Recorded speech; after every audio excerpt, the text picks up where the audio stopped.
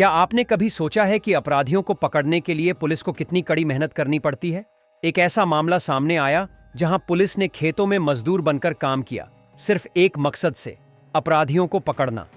इस रोमांचक और दिलचस्प कहानी में जानिए कैसे पुलिस ने अपनी सूझबूझ और कड़ी मेहनत से अपराधियों तक पहुंचने का रास्ता ढूंढ निकाला। इस वीडियो को पूरा देखें और जानें इस खौफनाक और थ्रिलिंग क्राइम स्टोरी के हर एक राज को। 2 जुलाई 2024 को उत्तर प्रदेश के बरेली के पास होसपुरा गांव में एक व्यक्ति सुबह करीब 7 बजे अपने खेत पर जाता है। जैसे ही वह गन्ने के खेत में पहुंचता है, उसे वहां एक महिला की लाश पड़ी हुई मिलती है। घबराया हुआ वह व्यक्ति तुरंत गांव के ग्राम प्रधान के पास जाता है और इस घटना की सूचना देता है। इसके बाद पुलिस को फोन करके बुलाया जाता है। शुरुआती जांच से पता चलता है कि खेत में पाई गई लाश अनीता देवी की थी, जो उसी गांव की रहने वाली थी। महिला की उम्र लगभग 45 साल थी और उसके पति सोमपाल को मौके पर बुलाया जाता है। बॉडी की शिनाख्त के बाद पूछताछ की जाती है, जिसमें यह सामने आता है कि अनीता देवी एक दिन पहले यानी 1 जुलाई 2024 को अपने मायके गई थी और रात को वहां से वापस आ रही थी, लेकिन पूरी रात वह अपने घर नहीं पहुंची और 2 जुलाई 2024 को उसकी लाश खेतों में पाई जाती है। हालांकि यह पहली नजर में एक सामान्य मर्डर का केस लगता था, लेकिन जब पुलिस डेड बॉडी की कोलॉजिकल एनालिसिस करती है तो वे पाती हैं कि लगभग 7 महीने पहले इस तरह के सिर्फ 1 या 2 नहीं बल्कि पूरे 8 मर्डर हुए थे। इस खुलासे के बाद पुलिस को यह समझ में आता है कि यह कोई साधारण मर्डर नहीं है, बल्कि एक सीरियल किलिंग का मामला है। अब इस कहानी को पूरी तरह से समझने के लिए हमें थोड़ा पीछे जाना होगा और उन 8 मर्डर्स को भी विश्लेषित करना होगा जो पहले हो चुके थे। यकीन मानिए, इस कहानी में इतने ट्विस्ट और टर्न्स हैं कि आप हैरान रह जाएंगे। इन 8 मर्डर्स के पीछे जिस व्यक्ति का हाथ पाया जाता है, वह न सिर्फ पूरे गांव बल्कि पुलिस के लिए भी चौंकाने वाला था। तो चलिए, आज के इस वीडियो में हम सीरियल किलिंग की पूरी कहानी का विश्लेषण करते हैं।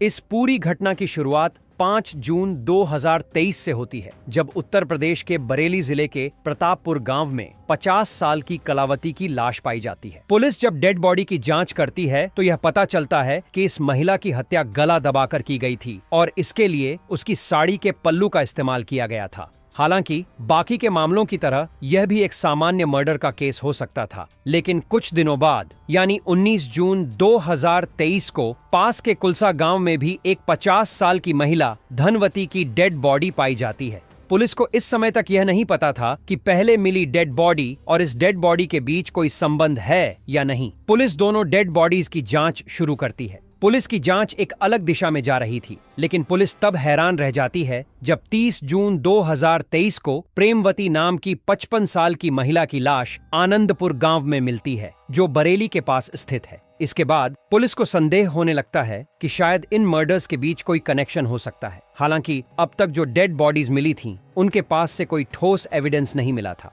और न ही मृतकों की किसी से दुश्मनी थी और न ही इन तीनों महिलाओं की आपस में कोई जान पहचान थी। इस वजह से पुलिस के पास कोई क्लू नहीं था और वे इस केस को सुलझाने में काफी असमर्थ महसूस कर रहे थे। इसी बीच पुलिस ने केस की छानबीन जारी रखी। 22 जुलाई 2023 को एक और मर्डर होता है, जिसमें एक महिला की लाश गन्ने के खेतों में पाई जाती है। ये महिला भी 50 साल से अधिक उम्र की थी और उसकी हत्या भी गला दबाकर की गई थी। पुलिस ने इस मामले की जांच शुरू की, लेकिन अगले ही महीने 7 अगस्त 2023 को पुलिस को उसी इलाके में एक और लाश मिलती है। यह 5वीं लाश थी, जो बिल्कुल उसी पैटर्न पर पाई गई। 50 साल से ज्यादा उम्र की महिला, जिसकी लाश गांव के पास के खेत में पाई गई थी। इन सभी डेड बॉडीज में एक चीज कॉमन थी कि महिलाओं की हत्या या तो उनकी चुनरी से गला घोंटकर की गई थी या फिर उनकी साड़ी के पल्लू से गला घोंटा गया था। इससे पुलिस को यह साफ हो गया था कि इन सभी मामलों के पीछे एक ही व्यक्ति का हाथ हो सकता है। हालांकि कोई ठोस क्लू न मिलने की वजह से केस सुलझ नहीं पा रहा था। अब बरेली में यह केस बहुत ज्यादा हाईलाइट हो चुका था और बरेली पुलिस को इस केस की जांच को बहुत गंभीरता से शुरू करना पड़ा। पुलिस ने 3 आरोपियों को गिरफ्तार किया और उन्हें यकीन था कि पुलिस को यह लगने लगा था कि जिन आरोपियों को उन्होंने गिरफ्तार किया है वही असली कातिल हो सकते हैं, क्योंकि उन्हें पकड़ने के बाद मामला कुछ समय के लिए शांत हो गया था। लेकिन फिर 31 अक्टूबर 2023 को एक और महिला की डेड बॉडी बिल्कुल उसी पैटर्न में पाई जाती है। इसके बाद यह सिलसिला फिर से शुरू हो जाता है। 20 नवंबर को एक और डेड बॉडी मिलती है और 26 नवंबर को एक और। अब तक 8 महिलाओं की हत्या हो चुकी थी जो बिल्कुल उसी तरीके से की गई थी। इसके बाद पुलिस को यह समझ में आ गया कि जिन आरोपियों को उन्होंने गिरफ्तार किया था वे कातिल नहीं हो सकते। इन आरोपियों के जेल में रहते हुए भी 3 मर्डर हो चुके थे और इस तरह से 8 मर्डर की मिस्ट्री को सुलझाना बरेली पुलिस के लिए बिल्कुल नामुमकिन साबित हो रहा था। पुलिस की छानबीन से यह सामने आया कि इन 8 हत्याओं को करने वाला व्यक्ति बेहद शातिर है, क्योंकि ना तो वह कोई एविडेंस छोड़ता था और न ही उसे आज तक किसी ने देखा था। इसके चलते काफी समय, लगभग 7 महीने बीत गए, लेकिन पुलिस को कोई ठोस एविडेंस या सुराग नहीं मिल पाया। हालांकि इस दौरान एक अच्छी बात यह रही कि इन 7 महीनों में कोई और मर्डर नहीं हुआ था। पुलिस को लगने लगा था कि शायद यह मामला यहीं पर शांत हो जाएगा। लेकिन फिर 2 जुलाई 2024 का दिन आता है, जिसके बारे में मैंने पहले बात की थी। बरेली के भोजपुर गांव में अनीता देवी की डेड बॉडी पाई जाती है और यह भी बिल्कुल उसी पैटर्न पर मर्डर किया गया था। अब पुलिस को यह समझ में आ गया था कि जो भी इस हत्याओं के पीछे व्यक्ति था वह फिर से सक्रिय हो गया है और उसने अपना 9वां कत्ल कर दिया है। अब पुलिस के लिए स्थिति बेहद क्रिटिकल हो गई थी और इस परिस्थिति को संभालने के लिए पुलिस ने एक बड़े ऑपरेशन की योजना बनाई, जिसे उन्होंने नाम दिया। पुलिस ने ऑपरेशन तलाश की शुरुआत की, जिसमें कुल 22 टीमें बनाई गईं। इन टीमों के बाद पुलिस ने कुछ पुरुष और महिला कांस्टेबल्स को आसपास के गांवों में सिविलियन के रूप में भेजा ताकि वे वहां रहकर स्थिति का जायजा ले सकें। ये कांस्टेबल्स गांव में इस तरह से रहते थे जैसे वे वहीं के निवासी हों, खेतों में काम करते थे और पूरे गांव पर नजर रखते थे। इसके साथ ही पुलिस ने बरेली के 25 किलोमीटर के रेडियस में आने वाले सभी गांवों में 1500 से ज्यादा सीसीटीवी कैमरे इंस्टॉल करवाए, जहां से डेड बॉडीज मिली थीं। इस प्रयास के बाद पुलिस को एक बड़ी सफलता मिलती है। कैमरे में एक अनजान व्यक्ति नजर आता है। शिकायतें यह थीं कि कुछ गांव वालों ने उस अनजान व्यक्ति के बारे में जानकारी दी थी, क्योंकि गांव में रहने वाले हर व्यक्ति के बारे में एक दूसरे को पता होता है। जब पुलिस ने उस अनजान चेहरे को देखा तो लोगों ने उसे पहचान लिया। इसके बाद पुलिस ने एक स्केच तैयार किया,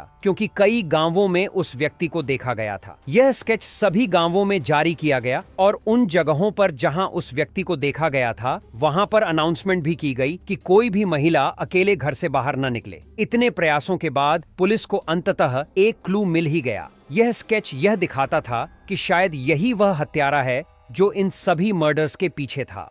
8 अगस्त 2024 को पुलिस को एक कॉल प्राप्त होती है, जिसमें एक व्यक्ति बताता है कि जो स्केच उन्होंने गांव में लगाया है वह उस व्यक्ति को अभी अभी गांव में देख चुका है। पुलिस बिना देर किए उस गांव में पहुंच जाती है और उस व्यक्ति को गिरफ्तार कर लेती है। हालांकि पुलिस को ऐसा लगता है कि शायद उन्होंने गलत व्यक्ति को पकड़ा है, क्योंकि जिसे उन्होंने पकड़ा था वह थोड़ा मंदबुद्धि था और सामान्य लोगों की तरह नहीं था। पुलिस ने जब उसे पकड़ा तो वह उनसे बातचीत करता रहा। पुलिस के साथ वह व्यक्ति हंसते हुए बात कर रहा था और बड़े ऑफिसर्स के साथ हाथ मिला रहा था, जिसकी वजह से पुलिस को लगा कि शायद उन्होंने गलत व्यक्ति को पकड़ लिया है। लेकिन यकीन मानिए, पुलिस ने बिल्कुल सही आदमी को पकड़ा था। उस व्यक्ति का नाम कुलदीप गंगवार था, जिसकी उम्र 35 साल थी और वह बाकरपुर गांव का रहने वाला था। कुलदीप के पिता बाबूराम ने बताया कि उसकी मां का देहांत बचपन में ही हो गया था और उसके बाद उसकी सौतेली मां ने उससे सही व्यवहार नहीं किया।